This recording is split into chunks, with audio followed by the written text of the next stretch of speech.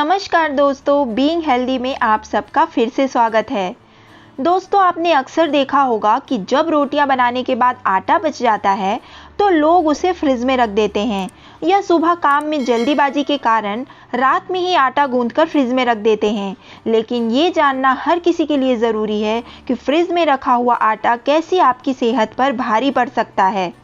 और आखिर में ये भी जानेंगे कि अगर किन्हीं परिस्थितियों में आपको आटा फ्रिज में रखना भी पड़े तो किस तरीके से रखें ताकि इसका नुकसान हमें कम से कम हो। तो आइए जानते हैं इसके पीछे के कुछ वैज्ञानिक, आयुर्वेदिक और धार्मिक तथ्य।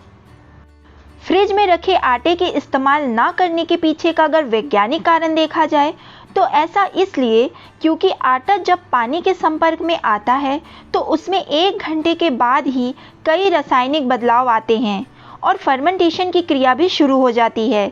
इसलिए इस आटे में कई तरह के बैक्टीरिया और हानिकारक केमिकल पैदा हो जाते हैं जो सेहत के लिए अच्छे नहीं होते।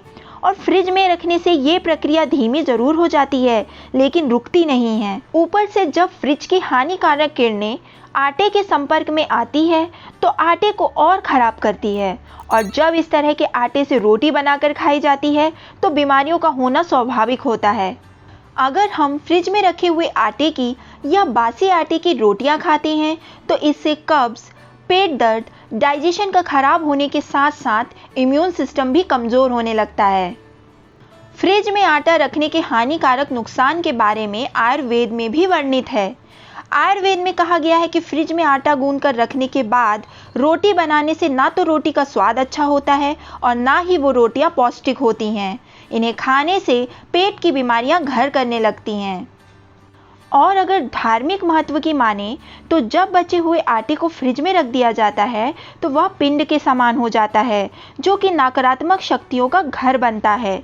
शास्त्रों के अनुसार ऐसे आटे की रोटी खाने वाले हमेशा आलस से घिरे रहते हैं और उनमें हमेशा निगेटिव एनर्जी बनी रहती है जिसके चलते वह मानसिक तनाव और शारीरिक परेशानियों से जूझते रहते हैं। इसकी वजह से घर परिवार में अशांति, कलह और क्लेश की समस्या की स्थिति बनी रहती है।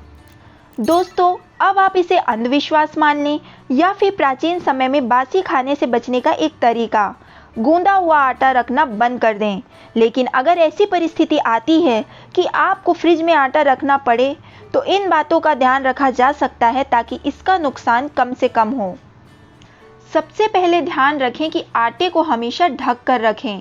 कोशिश करें कि आटे को टाइम या दिन के हिसाब से बांट लें और अलग अलग एयर टाइट कंटेनर या पाउच में रखें और उस टाइम में यूज़ होने वाले आटे को ही निकालें।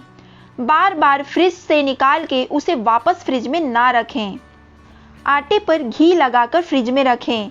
घी इस प्रकार से लगाएं कि उसकी एक परत बन जाए। इससे आटा अधिक समय तक रहेगा। आटे को 48 घंटों से ऊपर फ्रिज में मत रखिए।